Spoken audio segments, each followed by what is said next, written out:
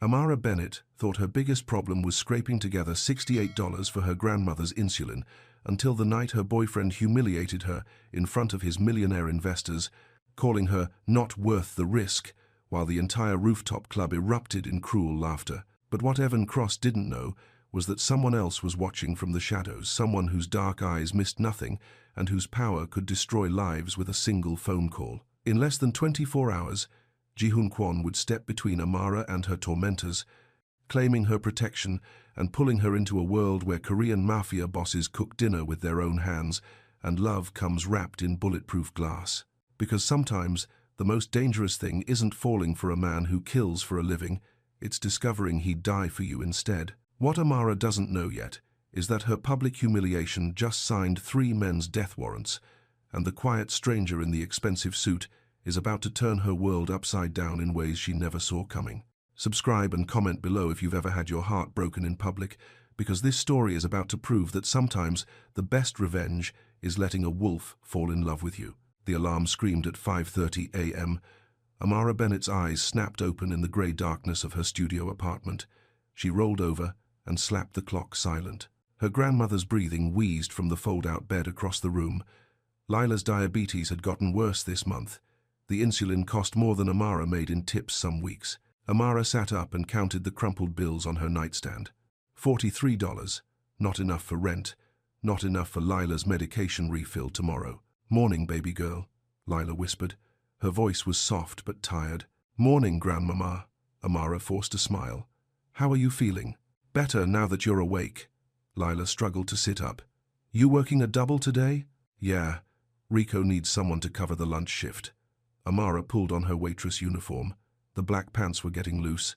She'd been skipping meals again. Lila's eyes found hers. "You need to eat more." "I eat plenty." Amara lied easily now. "You're the one who needs to keep your strength up." She checked Lila's blood sugar with the little machine. The numbers made her stomach tighten. Too high again. "Did you take your medicine last night?" Amara asked. "Yes, baby. Every pill." Lila reached for Amara's hand.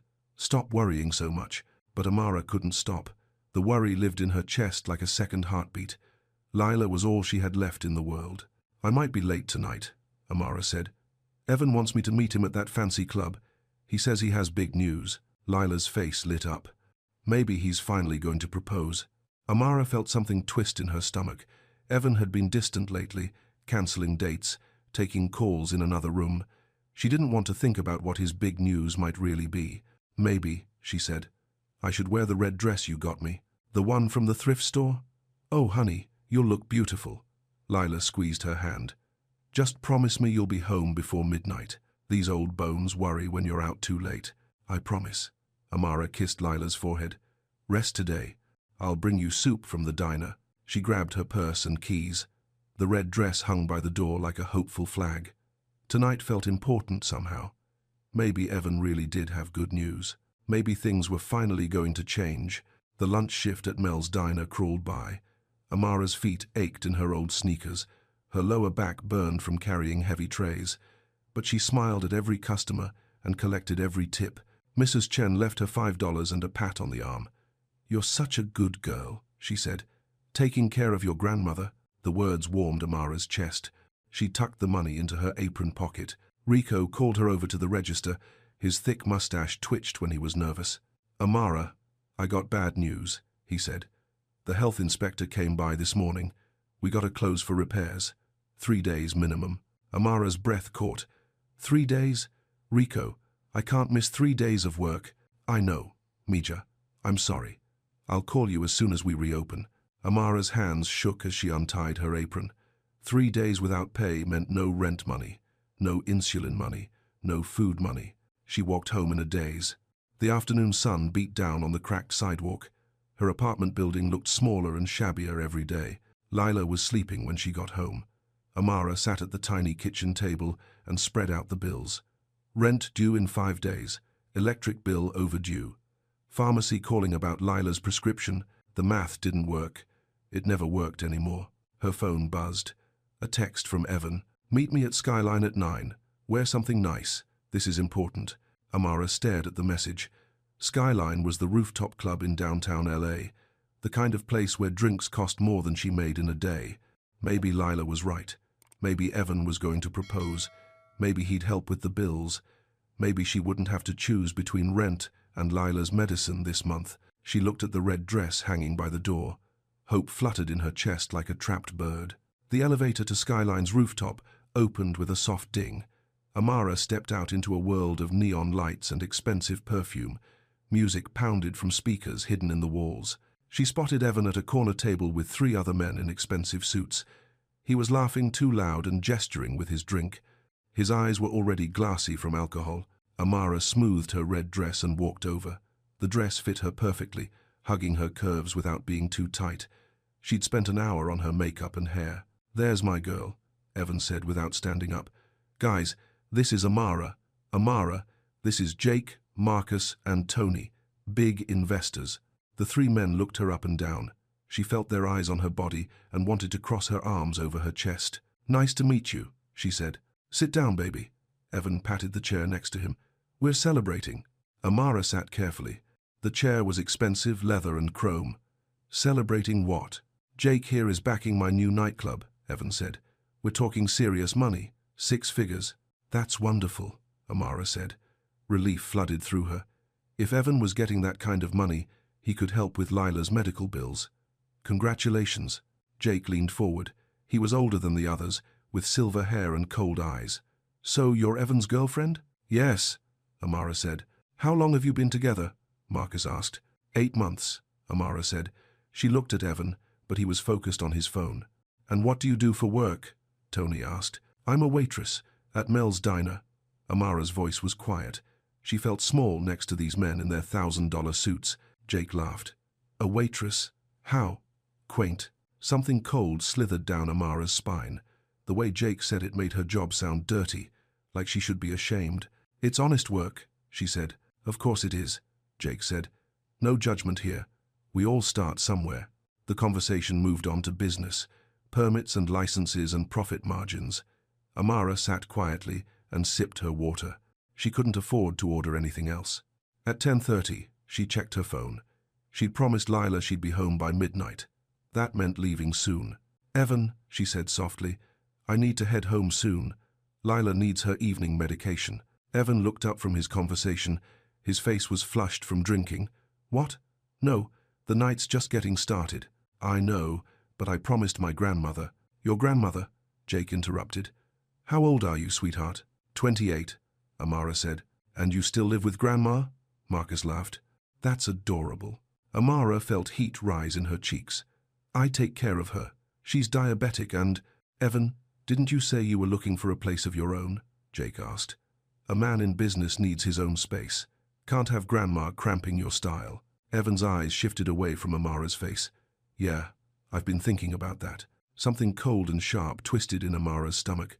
"Thinking about what?" The silence stretched. The music seemed louder suddenly, the lights too bright. "Evan." Amara's voice was smaller now. Evan took a long drink. When he looked at her, his eyes were different, harder. "Look, Amara, you're sweet. You really are. But Jake's right. I need to focus on my career now. This deal could change everything for me." "What are you saying?" But Amara already knew. The cold feeling in her stomach was spreading. "I'm saying maybe we should take a break, figure out what we both want." The words hit her like a physical blow. Around the table, the 3 men watched with interest. They were enjoying this. "You're breaking up with me?" Amara whispered. "Here? Now?" "It's not personal," Evan said. "It's just, we want different things. You're stuck in the past, taking care of your grandmother. I need someone who can move forward with me." Jake nodded approvingly. "Smart man. Can't let sentiment hold you back in business." "Or in life," Marcus added. Amara felt something break inside her chest. She'd trusted Evan, loved him, and he was throwing her away in front of strangers for sport. She stood up slowly. Her legs felt unsteady. "I see. Don't make this harder than it has to be," Evan said. "We had fun, right? Let's just leave it at that." The 3 investors laughed, actually laughed, at her humiliation, at her pain. "You know what?" Amara said. Her voice was steady now, quiet but strong. "You're right. We do want different things." She picked up her purse. "I want someone with honor, Someone who doesn't abandon people who love them. Someone who doesn't humiliate women for entertainment. Jake's smile faltered. Excuse me? You heard me. Amara looked at each of them in turn. You think you're better than me because you have money? Because you wear expensive suits? You're nothing but cruel little boys playing dress-up. Evan's face went red. Amara, sit down. You're embarrassing yourself. No, she said. You've embarrassed yourself. All of you. She turned to walk away. Behind her, she heard Evan's voice rise. You see what I mean? He said to his companions. Dramatic. Emotional. I dodged a bullet there. The laughter that followed was like broken glass in her ears. Amara kept walking toward the elevator, her chin up, her spine straight. She wouldn't give them the satisfaction of seeing her cry, but from the shadows near the bar, someone else was watching. Someone who had seen the entire ugly performance. Someone whose dark eyes had missed nothing. Someone who was already reaching for his jacket. Amara reached the elevator and pressed the button. Her hands were trembling now that her back was to them. The laughter from Evan's table was getting louder. Did you see her face? She heard Tony say. Priceless. Poor little waitress, Marcus added. Thought she hit the jackpot. The elevator doors opened. Amara stepped inside and turned around. Through the crowd, she could see Evan holding court at his table. He was already flirting with a blonde woman who had appeared from nowhere. 8 months. 8 months of her life. Wasted on a coward. The doors started to close. Just before they met, a hand reached out and stopped them. The doors slid open again. A man in an expensive black suit stepped into the elevator. He was tall with dark hair and serious eyes, Asian features that suggested Korean heritage. He moved with the quiet confidence of someone used to being obeyed. Going down? He asked. His voice was deep and calm. Yes, Amara managed. He pressed the button for the ground floor. The doors closed again. In the small space, she caught a hint of cedar and something clean. Soap, maybe. Are you all right? He asked. Amara looked up at him. His eyes were dark brown, almost black. There was something dangerous about him, but not toward her. More like a wolf that might be gentle if it chose to be. I'm fine, she lied. No, he said quietly. You're not. The elevator descended in silence. Amara stared at the numbers counting down. 15, 14, 13. He doesn't deserve you, the stranger said. Amara's breath caught. You saw that? I saw enough. His jaw was tight with controlled anger. He's a fool. It's not your problem, Amara said. Maybe not, but cruelty is always someone's problem. The elevator reached the ground floor. The doors opened onto the lobby. Amara started to step out, but the man's voice stopped her. Wait. She turned back. He was holding out a business card, thick white paper with elegant lettering. If you need anything, he said. Anything at all. Amara took the card. It was warm from his hand. The name on it was Ji-hoon Kwon. Below that, just a phone number. I don't understand, she said. You don't have to. Not tonight. His eyes found hers again. But if you change your mind... The elevator doors started to close between them. Amara stepped into the lobby, clutching the business card. Behind her, she heard the elevator rise again. When she looked back, the stranger was gone. She walked out into the night air. The city lights blurred through unshed tears. Her phone buzzed with a text from Leela. How's your big night going, baby girl? Amara typed back with shaking fingers. On my way home. Love you. She started walking toward the bus stop.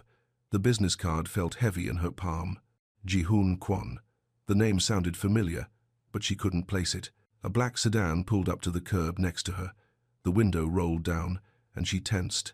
But it wasn't Evan or his friends. Miss Bennett? The driver was Asian, probably Korean, polite but watchful. Mr. Kwon sent me. He'd like to offer you a ride home. Amara's chest tightened. How does he know my name? Mr. Kwon knows many things, but he means you no harm. I give you my word. Amara looked at the bus stop. 3 homeless men were arguing near the bench. A police siren wailed in the distance. The night suddenly felt full of dangers. I can take the bus, she said. Of course you can, but you don't have to. The driver's eyes were kind, grandfatherly. Something about him made her feel safe. Just to my apartment building, she said. That's all. Of course, miss. She got into the car. The seats were soft leather that smelled like money. Classical music played quietly from hidden speakers. How did he know my name? She asked again. The driver met her eyes in the rearview mirror. Mr. Kwon has many friends, many ears. When someone is wronged in his presence, he takes notice. I don't understand. You don't need to understand tonight. Just know that you are safe now. They drove through the city in comfortable silence. Amara watched the expensive neighborhoods give way to her own struggling corner of LA. When they reached her building, the driver got out and opened her door. Have a good evening, Miss Bennett. And remember, Mr. Kwan's offer stands. The sedan pulled away, leaving Amara alone on the sidewalk. She looked up at her apartment building. The paint was peeling. Half the lights in the hallway were burned out. But Lila was up there waiting. She climbed the stairs slowly. Her feet hurt from the heels. Her heart hurt from everything else. Lila was sitting up in bed when she came in. How was your night, baby girl? Did Evan have good news? Amara looked at her grandmother's hopeful face, the woman who had raised her, who had sacrificed everything for her, who still believed the world was full of good people. It was fine, Grandmama. Just business talk. And the dress? Did he like the dress? Amara hung the red dress back by the door. It felt different now, heavier somehow. He liked it, she lied. She helped Lila take her evening medications, checked her blood sugar one more time, tucked the worn blankets around her thin shoulders. I love you, Grandmama, she whispered. I love you too, baby girl. Sweet dreams. Amara lay in her own small bed and stared at the ceiling. The business card sat on her nightstand. In the darkness, she could just make out the name, Ji-hoon Kwon. Tomorrow she would wake up and face the bills again, face the closed diner and the empty bank account, face the reality that she was completely alone. But tonight, a stranger had stood up for her, had seen her humiliation and called it what it was, cruelty, had offered help without asking for anything in return. She closed her eyes and tried not to think about what that might mean. Outside her window, a black sedan sat quietly at the curb. The driver watched the building until every light went out. Then he drove away, but not far. Some promises were too important to break, and Ji-hoon Kwon never broke his promises. The morning light was grey and harsh. Amara's alarm didn't go off because she didn't set it. No work meant no reason to wake up early. But she woke up anyway at 5:30. Her body knew the rhythm, even when her mind wanted to forget. Lila was already awake, sitting on the edge of her bed. Her breathing was labored. Grandmama? Amara sat up quickly. What's wrong? Just tired, baby. Help me to the bathroom? Amara's stomach tightened with worry. Lila's color was off, grey around the edges. She helped her grandmother to the tiny bathroom and waited outside the door. When Lila came out, she was moving slower than usual. We should call Dr. Martinez, Amara said. No need for that. Just need my morning medicine. But when Amara checked the pill organizer, her heart dropped. They were down to 3 days of Lila's diabetes medication. The pharmacy had been calling about the overdue prescription. I'll go pick up your refill today, Amara said. We can wait until... No, we can't wait. Amara's voice was firm. I'll figure it out. She made Lila breakfast, toast and weak coffee, all they had left in the kitchen. While her grandmother ate, Amara counted the money again. $43. The prescription cost $68. Her phone buzzed with a text from an unknown number. Good morning. I hope you slept well, JK. Amara stared at the message. Ji-hoon Kwon, the man from the elevator. She typed back. Why are you texting me? The response came quickly. Because I said my offer stands. It does. I don't need your help. Everyone needs help sometimes. There's no shame in it. Amara's fingers hovered over the keyboard. She thought about Lila's medication, about the rent, about the closed diner. What kind of help? She typed before she could stop herself. Whatever kind you need. She deleted the conversation and put her phone away. She wasn't that desperate. Not yet. The pharmacy was busy with the morning rush. Amara waited in line behind an elderly man arguing about his Medicare coverage. When her turn came, the pharmacist's smile was sympathetic but firm. I'm sorry, Miss Bennett. The total is $68. We can't release the medication without payment. I have 43. Can you give me part of it? The medication can't be split. It's all or nothing. Amara felt something break inside her chest. When do you close? 6 p.m. I'll be back before then. Please don't sell it to someone else. The pharmacist nodded. I'll hold it until closing. Amara walked out into the bright morning sun. Cars rushed past on the busy street. People hurried to jobs and lives that made sense, lives where prescriptions got paid for. Her phone buzzed again. JK.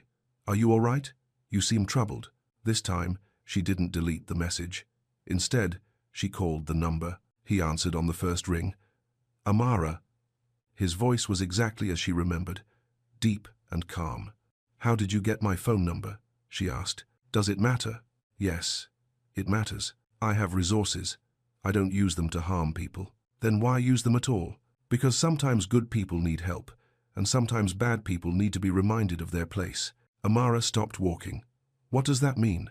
It means Evan Cross will think twice before humiliating another woman in public. Something cold ran down Amara's spine. What did you do? Nothing permanent.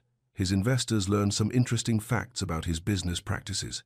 They've decided to look elsewhere for investment opportunities. You ruined his deal. I removed his reward for cruelty. There's a difference. Amara's breath caught. Part of her felt satisfied. Evan deserved to lose something after what he'd done. But another part was frightened. Who are you? She whispered. Someone who believes actions have consequences. Are you safe today? The question was so gentle after his revelation about Evan that it made her dizzy. I'm fine, she lied. You're at the pharmacy on 5th Street. You've been standing there for 3 minutes without moving. You're not fine. Amara spun around, looking for him. The street was full of strangers. None of them looked like Ji-hoon Kwon. Are you watching me? I'm protecting you. There's a difference. I didn't ask for protection. You didn't ask for cruelty either. Sometimes the world gives us what we need instead of what we ask for. A car honked loudly. Amara realized she'd stepped into the street without looking. A black sedan sat at the curb 20 feet away. Get in the car, Amara. No. You're upset. You're not thinking clearly. Get in the car, and let's talk properly. I said no. Then I'll come to you. The line went dead. A moment later, Ji-hoon Kwon stepped out of the sedan. In daylight, he was even more imposing than he'd been in the elevator. Tall and broad-shouldered, in a perfectly tailored black suit. His movements were controlled and precise. Other people on the sidewalk gave him space without seeming to realize they were doing it. He walked to her slowly, keeping his hands visible, like he was approaching a frightened animal. You look tired, he said when he reached her. I didn't sleep well. Because of last night? Because of a lot of things. Amara crossed her arms over her chest. You can't just follow people around and threaten their ex-boyfriends. That's not normal. Normal people don't always help when help is needed. Sometimes it takes someone who operates outside normal boundaries. Someone like you? Yes, someone like me. His eyes found hers. Up close, she could see gold flecks in the dark brown, laugh lines at the corners that suggested he hadn't always been so serious. What do you want from me? She asked. Nothing. Everyone wants something. I want you to be safe. I want you to have what you need. I want the people who hurt you to understand that cruelty has a price. His voice was steady, matter of fact. But I don't want anything from you in return. Why? Because 5 years ago, someone I loved needed help, and I failed to protect them. I won't fail again. The words hung in the air between them. Amara felt something shift in her chest. This wasn't about attraction or possession. This was about guilt, about a debt he felt he owed to the universe.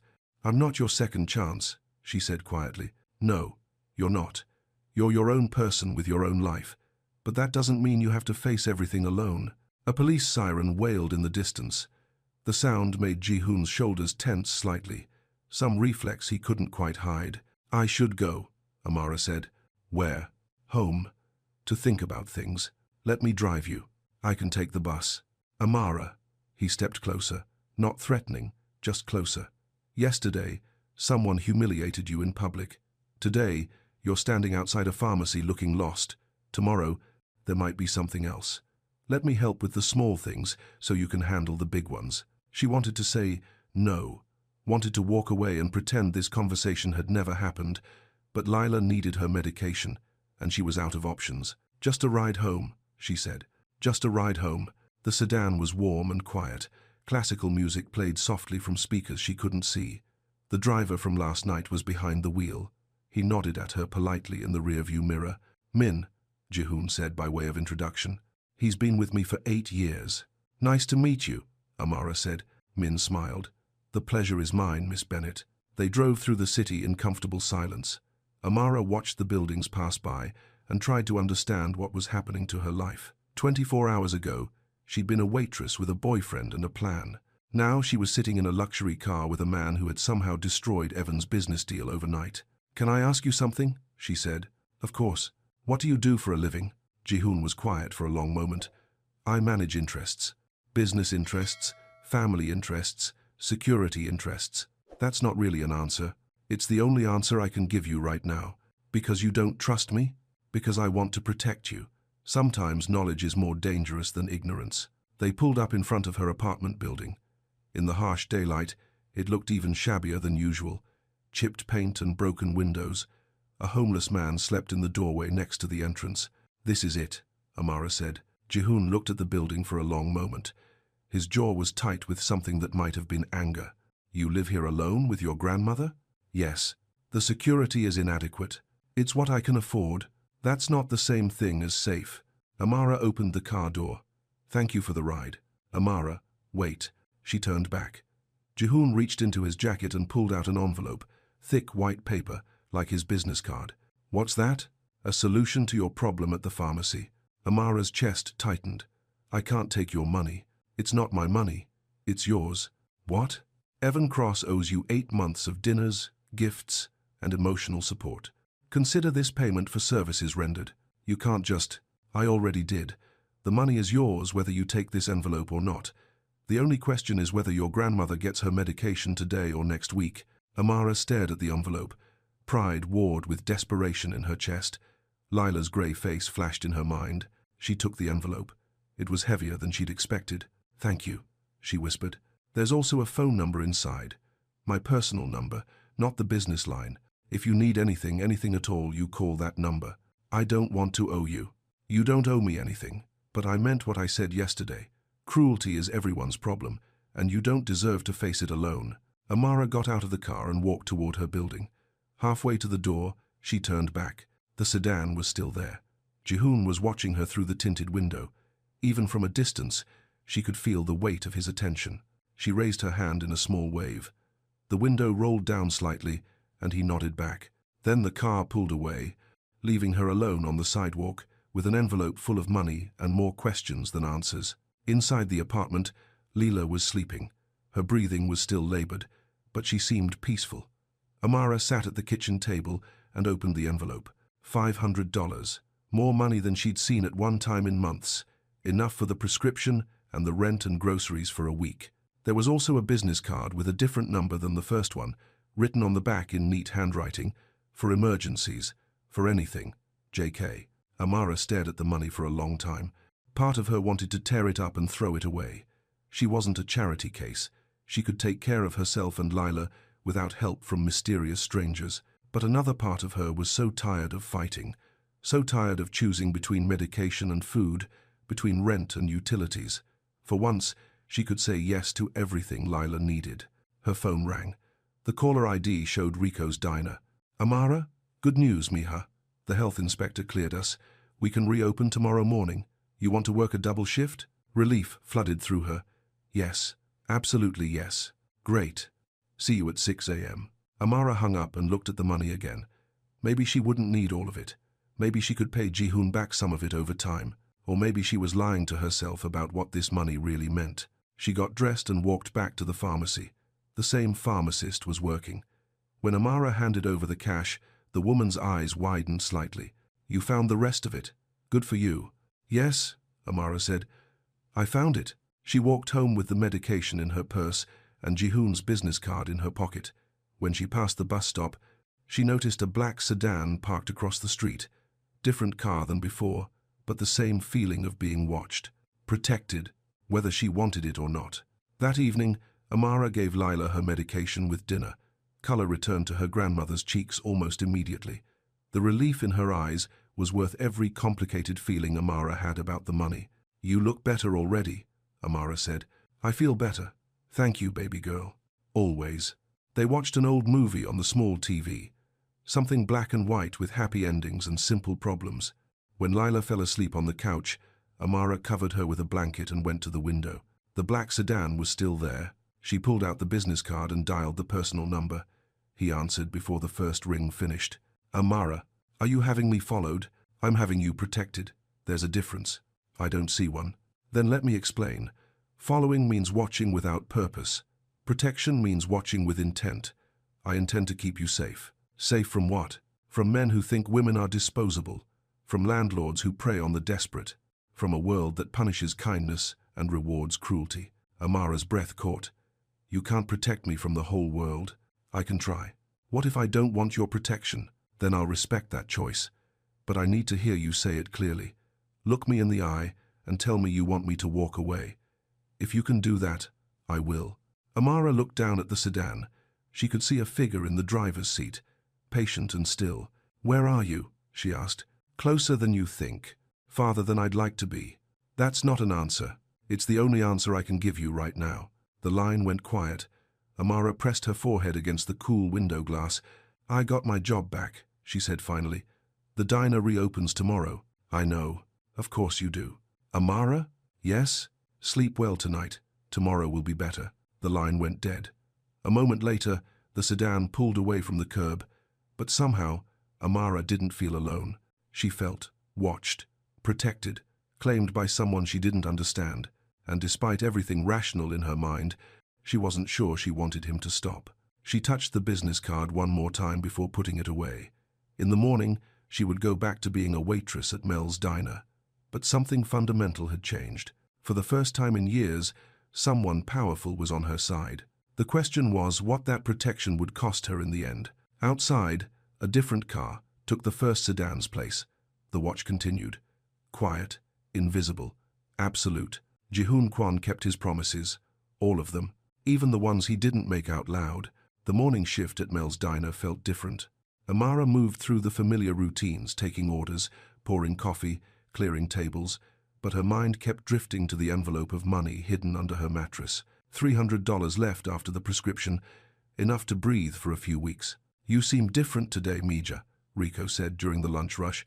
More relaxed. Amara forced a smile. Just glad to be back. But it wasn't the job making her feel different. It was the knowledge that someone was watching out for her, someone with power and resources and a willingness to use both. Her phone buzzed with a text during her break. Unknown number. How is your grandmother feeling today? She recognized the careful formality immediately. Amara. Much better. Thank you. Unknown number. Good. Are you working late tonight? Amara. Until 8. Why? Unknown number. Just want to know when you'll be walking to the bus stop alone. The concern in his message made something warm unfurl in her chest. When was the last time anyone had worried about her schedule? About whether she was safe walking home? Amara. I can take care of myself. Unknown number. I know you can.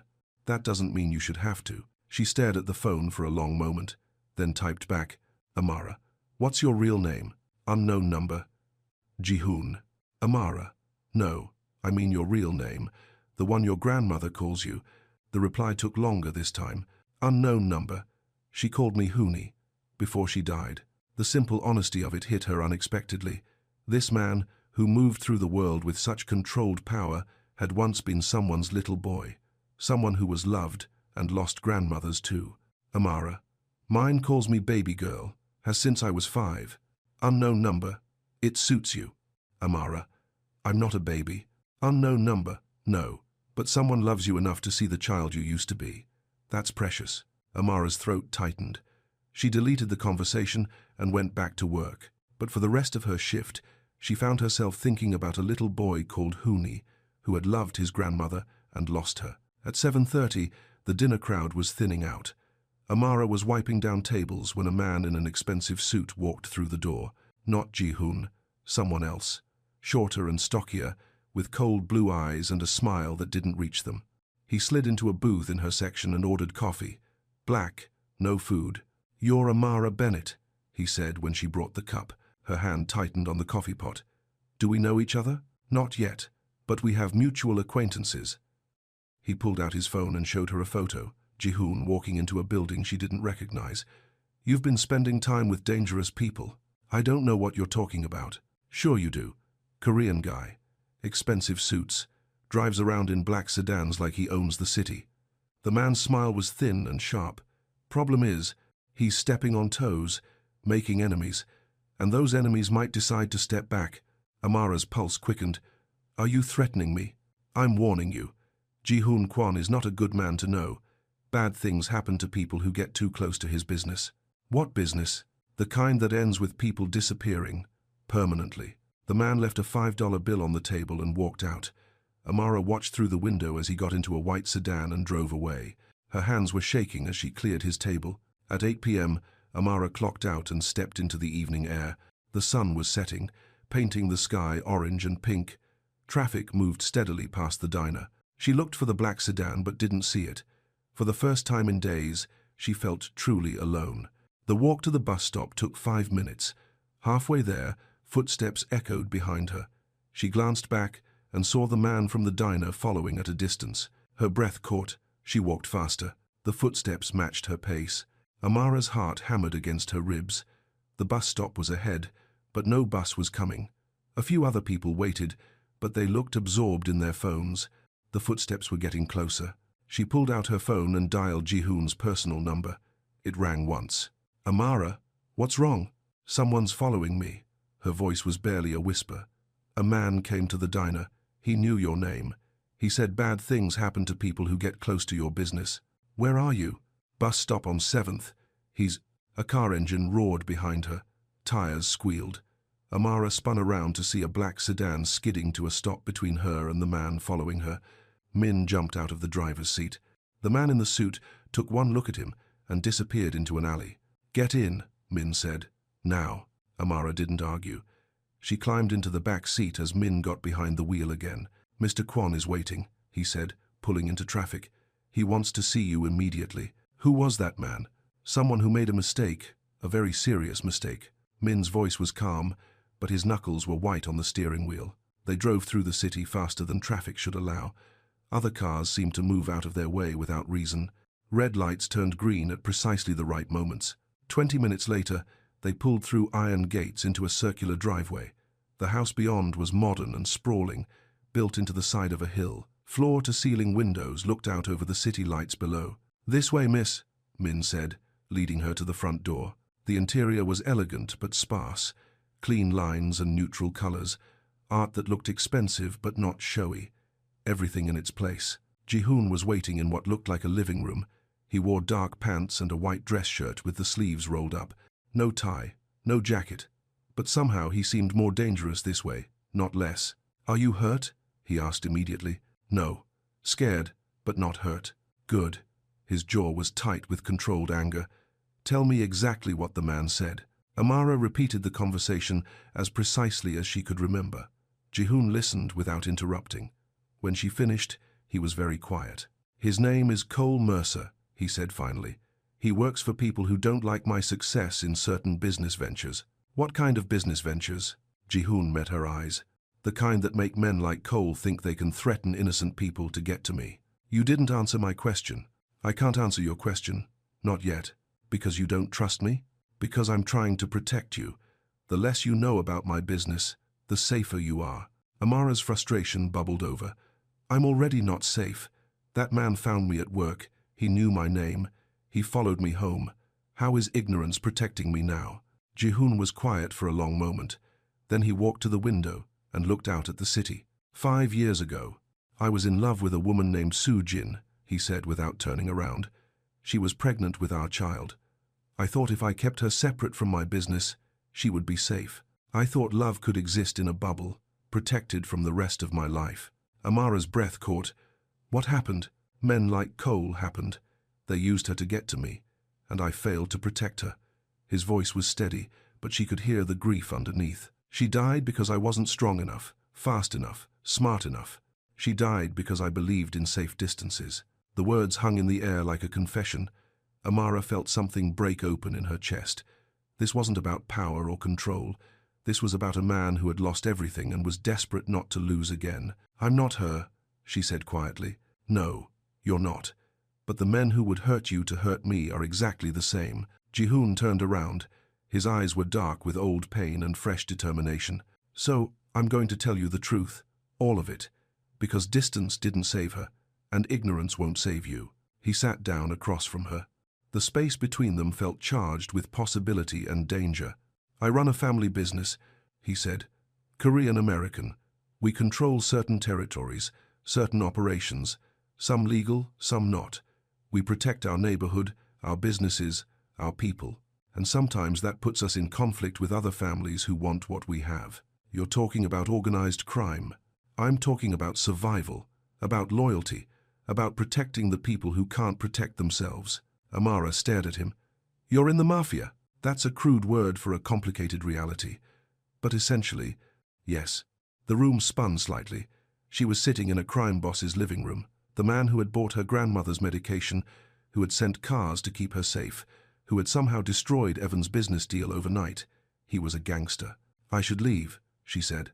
Yes, Ji-hoon said. You should. But if you do, Cole and men like him will see it as a sign that I can't protect what matters to me, and they'll keep coming for you. So I'm trapped. You're claimed. There's a difference. I never agreed to be claimed. No, but the world doesn't always ask permission before it changes our lives. Amara stood up and walked to the window. The city spread out below like a circuit board of lights. Somewhere down there, Cole Mercer was planning his next move. Somewhere down there, Lila was waiting for her to come home. What happens if I stay? She asked. I protect you, with everything I have, until Cole's people understand that touching you means war. And what happens if I go?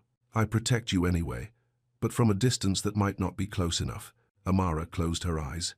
Every choice led to the same place. She was already in Ji-hoon's world, whether she wanted to be or not. I need to call my grandmother, she said. Of course. Min will drive you home when you're ready. Will you come with me? The question surprised them both. Ji-hoon's eyes found hers across the room. Do you want me to? I don't know. Maybe. She should meet you if... Amara stopped. If what? If she was really going to let this man claim her? If she was really going to trust a criminal to keep her safe? If you're going to be part of my life, she finished quietly. I'm already part of your life, Amara. The only question is what that means going forward. She looked at him for a long moment, tall and strong and dangerous. But when he said her name, his voice was gentle. Okay, she said. Let's go home. Lila was watching the news when they walked into the apartment. She looked up at Ji-hoon with bright, curious eyes. Grandmama, this is Ji-hoon, Amara said. Ji-hoon, this is my grandmother, Lila. It's an honor to meet you, Mrs. Bennett, Ji-hoon said, bowing slightly. Lila's face lit up. Well, aren't you polite and handsome? Amara didn't mention how handsome you are. Grandmama, Amara said, heat rising in her cheeks. What? I'm old, not blind. Lila patted the couch next to her. Sit down, young man. Tell me about yourself. Ji-hoon sat carefully on the edge of the couch. In the small apartment, he looked enormous, out of place but somehow right at the same time. I work in business management, he said. I've been helping Amara with some financial difficulties. Have you now? Lila's eyes sharpened. And what do you want in return? The question was pointed. Protective. Amara held her breath. Nothing, Ji-hoon said simply. Your granddaughter is remarkable. She deserves help when she needs it. Remarkable how? She's brave. She stands up for herself and for you. She works twice as hard as anyone should have to work, and she never complains. She loves you enough to sacrifice everything for your health and happiness. Ji-hoon's voice was steady and sincere. She's the kind of person the world needs more of. Lila studied his face for a long moment. Then she smiled. You're right about that. She is remarkable. She patted his knee. You seem like a good man, Ji-hoon. But I have to ask, are you going to hurt my baby girl? No, ma'am. I'm going to protect her. From what? From anyone who would try to hurt her, including me, if necessary. The answer seemed to satisfy Lila. She leaned back against the couch cushions. Good. Because if you break her heart, I may be old and sick, but I'll find a way to make you regret it. Ji-hoon's lips curved in a small smile. I believe you would. You better believe it. Lila yawned. Now, I'm tired. You two should have some tea and get to know each other properly. She shuffled to her bed and settled under the covers. Within minutes, her breathing evened out into sleep. Amara put the kettle on and got 2 mugs from the cabinet. Her hands were shaking slightly. She likes you, she said. She loves you. That's what matters. Ji-hoon? Yes? What happens now? He was quiet for a long moment, watching the steam rise from the kettle. Now we figure out how to keep you safe without losing who you are, he said. We figure out how to trust each other. We figure out what this is between us. And, if we can't figure it out, then we try anyway, because the alternative is unacceptable. The kettle whistled. Amara poured hot water over tea bags and handed him a mug. Their fingers brushed as he took it. "I'm scared," she said quietly. "Of me? Of this? Of what my life is becoming? Your life is becoming safer, more protected. That's not a bad thing, but it's not my choice. No. But how you respond to it is your choice. How you let it change you is your choice. Whether you trust me is your choice." Amara sipped her tea and studied his face. Even in the harsh fluorescent light of her tiny kitchen, he was beautiful. Strong jaw, serious eyes, hands that looked like they could break things or hold them gently. "If I do this," she said, "if I let you protect me, what are the rules?" "No rules, just requests. Let me know where you're going and when you'll be back. Accept security when I think it's necessary. Don't take unnecessary risks." "That's it? That's it. Your life is still your life, Amara. I just want to make sure you get to keep living it." She was quiet for a long time, thinking. Outside the window, the city hummed with traffic and sirens and life, dangerous life that had already reached into her world. "Okay," she said finally. "Okay, okay, I'll try. We'll try. But if this goes wrong, it won't go wrong. You can't promise that." "No, but I can promise to do everything in my power to make sure it goes right." Jihoon finished his tea and stood to go. At the door, he turned back. "Min will be outside tonight, and tomorrow, and until Cole understands that you're under my protection, he'll be watching the building, he'll be watching you. The building, the street, the diner, anywhere you go. You won't always see him, but he'll be there." "Jihoon?" "Yes, thank you. For the medicine money, for the rides, for all of it. You don't need to thank me." "Yes, I do." He smiled then, a real smile that changed his whole face, made him look younger and less dangerous and utterly beautiful. "Sleep well, Amara. Tomorrow will be better." After he left, Amara locked the door and checked on Lila. Her grandmother was sleeping peacefully, her color good, her breathing steady. Amara got ready for bed and lay down in the darkness. Through the window, she could see a black sedan parked at the end of the block, a guardian angel in expensive suits and luxury cars. She thought about Cole Mercer's warning, about the danger of getting too close to Jihoon's world, about all the ways this could go wrong. But she also thought about the gentleness in Jihoon's voice when he talked about his grandmother, about the way he'd bowed to Lila with real respect, about the careful distance he maintained even when she could see that he wanted to be closer. Maybe he was dangerous to his enemies, but to her, he felt like safety. For the first time in months, Amara fell asleep without worrying about tomorrow. Outside, Min settled in for a long night. His orders were simple: keep her safe, keep her happy, keep her alive. He intended to follow those orders exactly. Morning came with sirens and shouting. Amara woke to the sound of her landlord's voice in the hallway, loud and angry. "Overdue notices. You people think you can just live here for free?" She sat up and checked her phone. 6 a.m. Too early for this kind of drama. Lila was already awake, sitting on the edge of her bed with worry written across her face. "What's happening, baby girl?" "I don't know. Let me check." Amara opened the door to find Mr. Kowalski taping eviction notices to half the doors on their floor.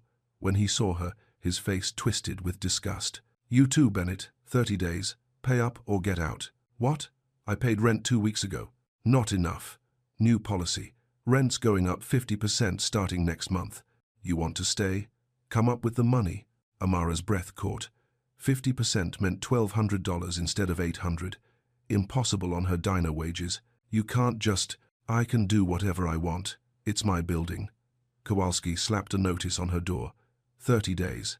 Figure it out. He stomped down the hallway, leaving a trail of eviction notices behind him. Amara tore the paper off her door and read it quickly. Legal language that boiled down to simple math. Pay more money or lose your home. "What does it say?"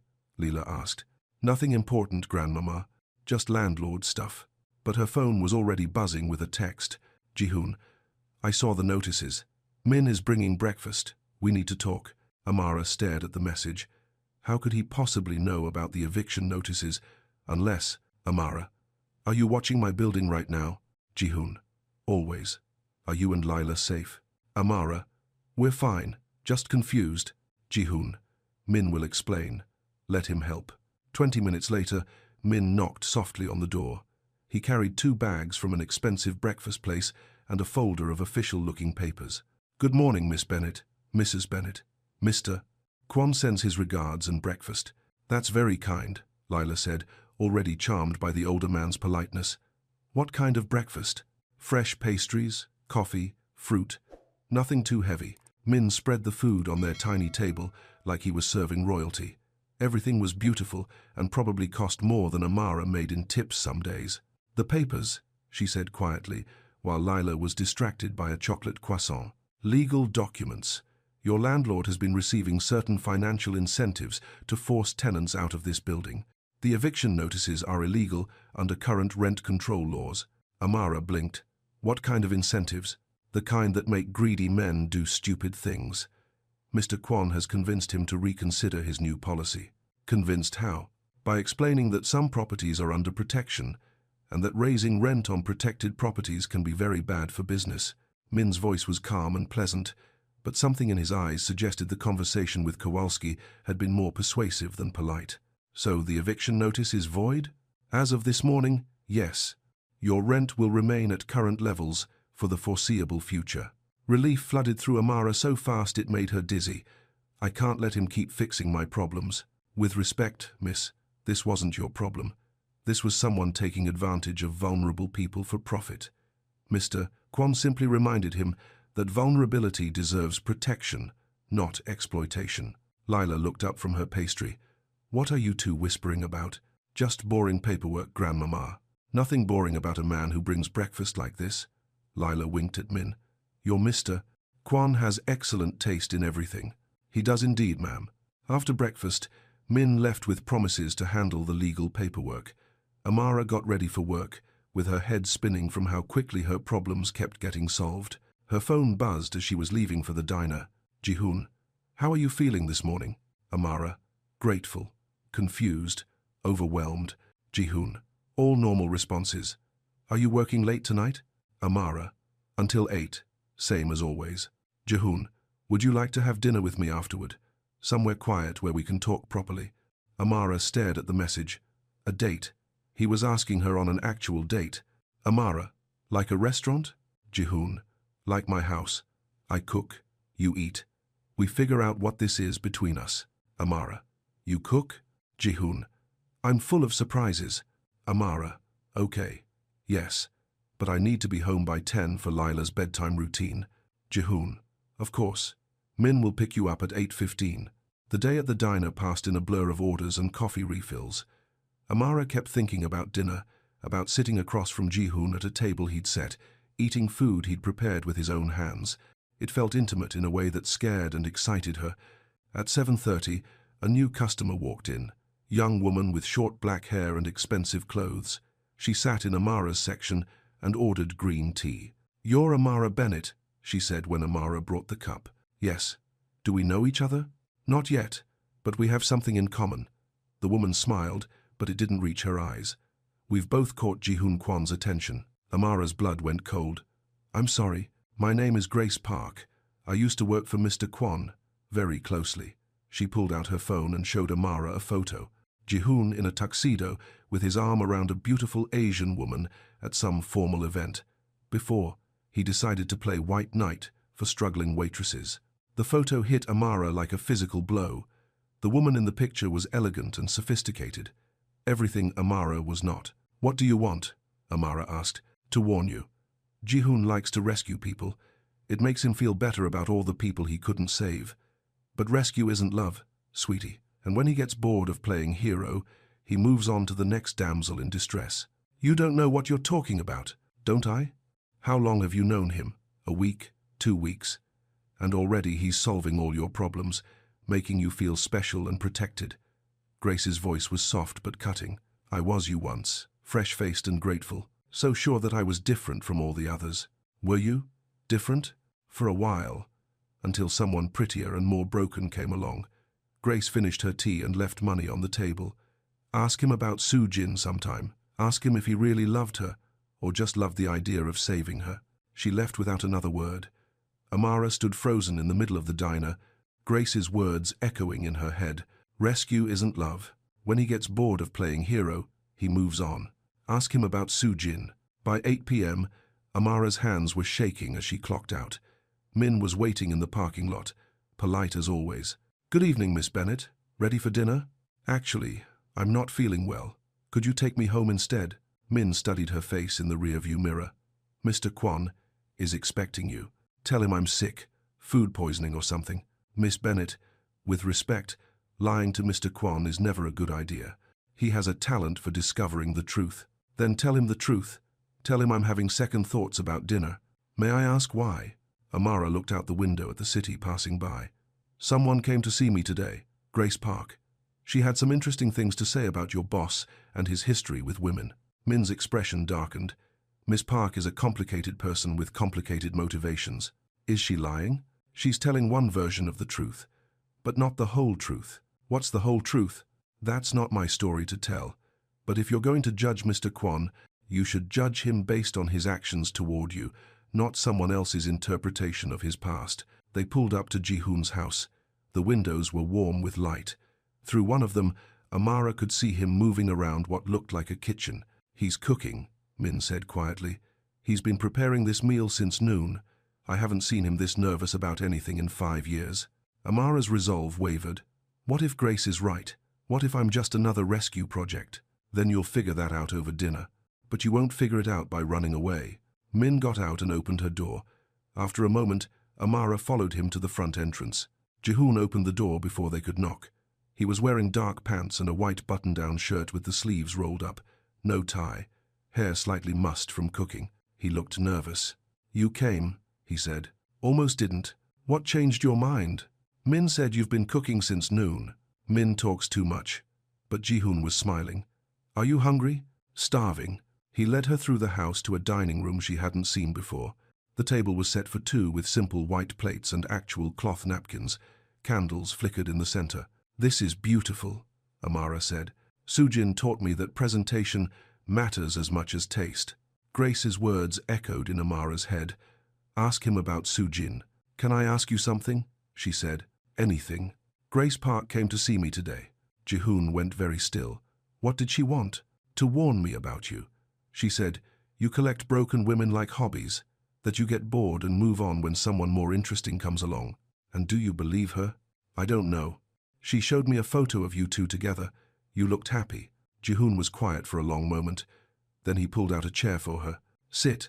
Let me tell you about Grace Park. He disappeared into the kitchen and returned with 2 plates of food. Korean barbecue with vegetables and rice. Everything perfectly prepared and beautifully presented. Grace worked for my organization for 2 years, he said, as he sat across from her. She was smart, ambitious, and very good at her job. She was also in love with me. Were you in love with her? No. I cared about her. I respected her. But I didn't love her. Why not? Because you can't manufacture love, Amara. It either exists or it doesn't. Grace wanted to create something that wasn't there. Amara took a bite of the food. It was incredible, complex flavors that somehow worked perfectly together. This is amazing, she said. Thank you. Cooking was one of the few things that calmed my mind after Sujin died. Grace used to say I was trying to cook my way back to her. Were you? Maybe, probably. Ji-hoon met her eyes across the table. Sujin was the love of my life. The woman I planned to marry and raise children with. When she died, part of me died too. And Grace? Grace thought she could fill that empty space. When she realized she couldn't, it made her bitter, angry. She left the organization and started spreading stories about me collecting broken women. Are the stories true? Some of them. I have helped women who needed help. I've protected people who were vulnerable. But Grace makes it sound like charity work when it's really just basic human decency. Amara put down her fork. What am I to you, Ji-hoon? You're not Sujin. You're not Grace. You're not a project or a hobby or a way to feel better about my failures. His voice was steady and intense. You're Amara Bennet. You're brave and loyal and beautiful. You make me want to be better than I am. And yes, that scares me. Why does it scare you? Because losing Sujin almost destroyed me. I'm not sure I could survive losing someone else I love. The word hung in the air between them. Love. He'd said it so casually, like it was already established fact. Do you love me? She whispered. I'm falling in love with you. Every day, a little more. Every time you smile at your grandmother. Every time you stand up for yourself. Every time you choose trust over fear. He reached across the table and took her hand. The question is whether you can love someone like me. His hand was warm and strong around hers, calloused from work she couldn't imagine. I don't know, she said honestly. I'm scared of your world. I'm scared of what being with you might cost me. What if I told you that being without you might cost me more? I'd say that's not a good enough reason to love someone. You're right. It's not. Ji-hoon lifted her hand and pressed his lips to her knuckles. The gesture was so gentle it made her chest ache. But caring about your safety, admiring your strength, wanting to build a life that makes you happy, those might be good enough reasons. Amara's breath caught. What kind of life? The kind where you don't have to choose between rent and medicine. The kind where your grandmother gets the best care possible. The kind where you can go to school if you want to, or travel, or just work at the diner because you love it, not because you have to. And what do you get out of it? You, if you'll have me. The honesty in his voice made her feel dizzy. This man who commanded respect and fear from dangerous people was sitting across from her, offering his heart like it was something fragile. Ji-hoon? Yes? I need time to think. Of course. Take all the time you need, and I need you to be honest with me. Always. Even if the truth is ugly or complicated. I promise. And I need to know that if I say no, you'll respect that. That you won't use your power to change my mind or manipulate my circumstances. You have my word. They finished dinner in comfortable silence. The food was perfect. The conversation had been honest, and Amara felt like she understood him better than she had that morning. But Grace's warning still echoed in her head, and the weight of choosing between safety and independence felt crushing. At 9:30, Min drove her home. Ji-hoon walked her to the car and opened the door for her. Thank you for dinner, she said, and for being honest. Thank you for giving me a chance to explain. I'll call you tomorrow. I'll be waiting. He closed the door and stepped back. Through the window, Amara watched him grow smaller as they drove away. He's a good man, miss, Min said quietly. Whatever Miss Park told you, I hope you'll judge him by his actions, not her words. What if his actions are just more sophisticated manipulation? Then you'll figure that out in time. But I've known Mr. Kwon for 8 years. I've seen him with other women, including Miss Park. What he feels for you is different. How is it different? He's never cooked for anyone since his wife died. He's never brought anyone home to meet his household. And he's never been this terrified of losing someone he's only known for 2 weeks. Amara thought about that during the ride home, about Ji-hoon's nervous energy during dinner, about the careful way he'd prepared everything, about the vulnerability in his voice when he'd talked about love. Maybe Grace was wrong. Maybe this was real. Or maybe she was exactly the kind of woman who wanted to believe she was special enough to change a powerful man's patterns. At home, Lila was already asleep. Amara got ready for bed and lay in the darkness thinking about choices and consequences. Outside, a different black sedan had taken up position at the end of the block. The watch continued, patient and protective. But for the first time since this all began, Amara wasn't sure if she wanted to be watched. She fell asleep with Grace's words in her head and Ji-hoon's promise on her lips. Tomorrow, she would have to decide what she was willing to risk for love.